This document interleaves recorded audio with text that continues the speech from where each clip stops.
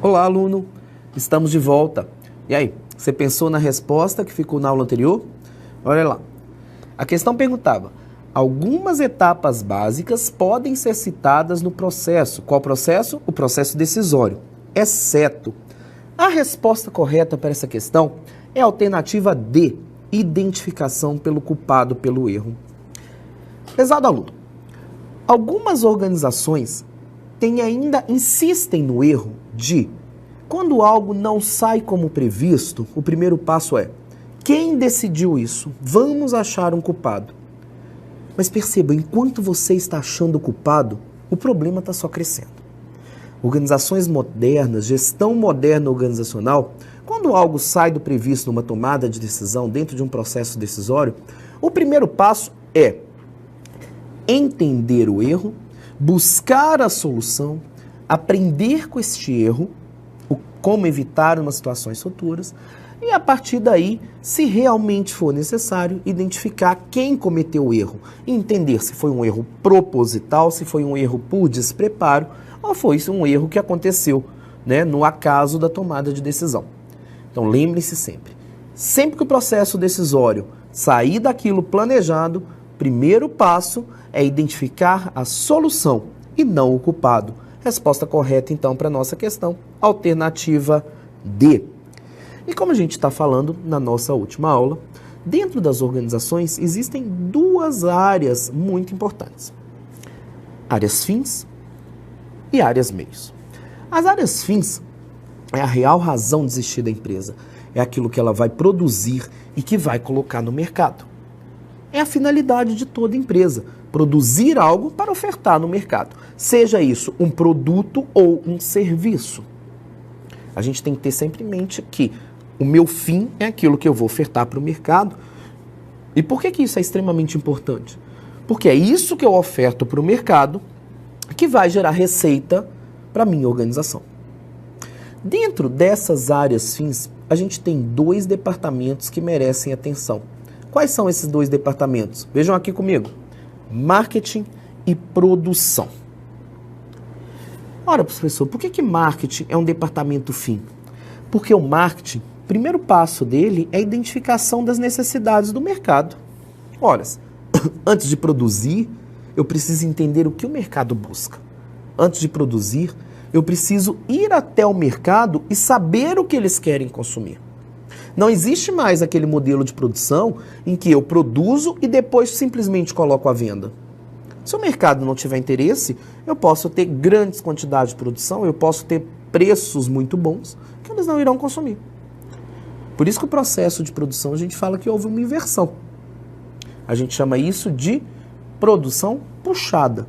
Eu vou até o mercado, identifico o que esse mercado busca, quais são as reais necessidades e desejos deste mercado, e a partir daí eu inicio o meu processo de produção. Processo de produção esse, o setor de produção dentro da área fim, que é responsável por toda a aquisição da matéria-prima e dos recursos necessários para a execução da atividade. Então nós temos essas duas áreas extremamente importantes. O marketing, que identifica essas necessidades, traz isso para dentro da empresa, e o setor de produção, que vai possibilitar toda a produção de matéria-prima naquele produto ou serviço que vai ser ofertado ao mercado. Feito isso, volta-se para o setor de marketing, que ele será responsável por divulgar e por entregar da melhor maneira possível isso para o mercado. Então, por isso que a gente classifica esses dois departamentos dentro da organização como os departamentos fins, que é o principal contato da empresa com o mercado. Mas para que o marketing e a produção possa trabalhar e executar suas atividades em plenitude, existem as áreas meio, as áreas funcionais meio, que são as áreas que dão todo o suporte, que dão toda a estrutura para que o marketing e a produção possam funcionar. Você já imagina quais são as áreas meios? Nós podemos falar das áreas meios como administração de recursos humanos, nós podemos falar das áreas meios como administração financeira, nós podemos falar de áreas meios como todas aquelas outros departamentos que compõem a organização. Vejam aqui algumas áreas meios, algumas áreas funcionais meios que eu apresento para vocês. Administração financeira, administração de materiais. Administração financeira, responsável por controlar, por acompanhar a saúde financeira da sua organização. Sem uma eficiente gestão financeira, a organização não consegue chegar até o mercado, a organização não consegue produzir, desenvolver para chegar até o mercado. Então a administração financeira, ela é o suporte, ela é um pilar que sustenta ali como a organização vai produzir e vai entregar até o mercado. A administração de recursos, a administração de materiais, né? Não deixar com que falte materiais para que a produção possa executar suas atividades. A administração de materiais é disponibilizar todos os insumos necessários para que a produção possa continuar desenvolvendo as suas atividades. Eu apresento ainda mais para vocês algumas áreas funcionais, meio, vejam aí. Administração de recursos humanos. Olha a importância da administração de recursos humanos. Porque é a administração de recursos humanos que vai trabalhar toda a contratação, preparação dos nossos colaboradores, o desenvolvimento, os benefícios, o pagamento, tudo isso que diz respeito à parte de recursos humanos organizacionais. Administração de serviços, né, que é toda a gestão organizacional, junto aí com a gestão empresarial, que possibilitam o pleno funcionamento da organização. Então, como que a gente pode entender estas áreas funcionais, essas áreas meios? Veja aqui no material, vamos desenhar um esquema. É como se eu tivesse pilares, que são as minhas áreas meio. E aqui, ó, eu tenho minhas áreas fim. Então, eu só vou sustentar a minha área fim se essas áreas meios estiverem bem consolidadas, estiverem funcionando de maneira correta. Porque se um desses pilares aqui tiver algum problema, a minha área fim, consequentemente, também terá um problema. Então, isso tem que ser bem claro. Apesar da gente classificar as áreas organizacionais como áreas meios e áreas fins, a importância de ambas são iguais. Uma não funciona sem a outra. Uma não executa o seu papel adequadamente sem a outra, com plenitude, se uma não participar. E quando a gente fala dessas áreas organizacionais, todas essas áreas são guiadas pelo que a gente chama de práticas organizacionais, que são instrumentos, elementos de controle, mensuração, acompanhamento, busca por melhorias contínuas. Uma organização é um sistema dinâmico.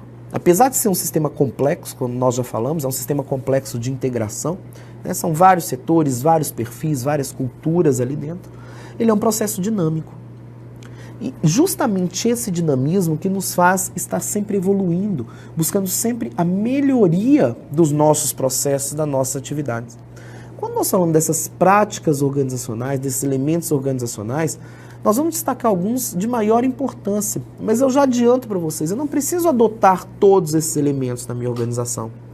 Quais ferramentas eu utilizo de prática organizacional, até mesmo quais teorias da organização se aplicam à minha empresa, nós precisamos entender quem é a minha empresa, qual a estrutura, qual é o porte da minha empresa, quem eu atendo, qual é o meu modelo de gestão, como é o comportamento das pessoas dentro da minha organização. Então não se preocupe em conhecer os instrumentos e querer adotar todos a sua empresa. Qual é o instrumento mais adequado então, professor? Aquele que te forneça as informações que você precisa para tomar decisão. Quais instrumentos esses que a gente está falando? Vamos ver aqui, dentro do nosso material. Processo de gestão estratégica, os estilos de liderança, o desenvolvimento organizacional, o Balance Scorecard, balanço social, normas ISO, gestão de processos e gerenciamento de processos. Vamos entender um pouquinho com profundidade cada um dessas práticas organizacionais? O primeiro passo é a gestão estratégica. Gestão estratégica está muito alinhado à competitividade. Mas muitas vezes a gente pode entrar num senso comum de achar que competitividade é ter o melhor preço. Nós precisamos derrubar isso. Ser competitivo é chamar a atenção de um dado mercado. Não adianta você ter o melhor preço se o seu mercado não considera como competitividade ter o melhor preço. Você só será competitivo se esse diferencial competitivo for valorizado pelo seu mercado. Muitas vezes a competitividade pode estar na localização da sua empresa. Ainda que você não tenha o preço mais acessível, você está mais bem localizado. Ou pode ser no sabor do produto alimentício que você vende. Então, competitividade nem sempre está associado ao custo. Competitividade está associada àquilo que o seu mercado valoriza. E gestão estratégica está em reconhecer essa competitividade e traçar, gerenciar um caminho para se atingir o seu mercado. Quando a gente fala de gestão ou administração estratégica, é um processo de saber onde eu estou e onde eu quero chegar. A estratégia é o caminho que eu vou percorrer para sair de onde eu estou e eu quero chegar. E um dos grandes elementos, um dos maiores instrumentos que a gente tem quando falamos de gestão estratégica é de um dos maiores autores, se não o maior autor de estratégia que a gente tem até hoje, que é conhecido como Michael Porter. Michael Porter forneceu para a gente uma análise de mercado, um cenário de mercado, né? Ele analisa externamente a organização, chamada de 5 forças de Porter. Vamos entender essas 5 forças de Porter? Vejam aqui o nosso material. As 5 forças de Porter, ela analisa a organização de um ponto de vista externo. Ela não está considerando a organização no ponto de vista interno. E ela considera, por que 5 forças de Porter? Primeiro, o poder de barganha dos fornecedores. Ou seja, quanto mais poder de barganha dos fornecedores, mais você está dependente desses fornecedores. Quanto menor o poder de barganha dos fornecedores, menos dependente desses fornecedores você está. O ideal é que você não esteja tão dependente de fornecedores. Outra força que Porter traz para a gente é a ameaça de produtos substitutos. Ou seja, quem pode substituir o meu produto? Não necessariamente ele concorre diretamente comigo. Ele não concorre diretamente comigo. Mas ele pode substituir o meu produto. Quanto maior for a ameaça de produtos substitutos, menor será a sua competitividade. Outra força de Porter, poder de barganha dos clientes. Quando você tem muita oferta, os seus clientes têm poder de barganhar mais o preço, pedir desconto, formas de pagamento. Quanto menor a oferta, menor é o poder de barganha dos seus clientes. Isso pode ser um elemento de competitividade para a sua organização.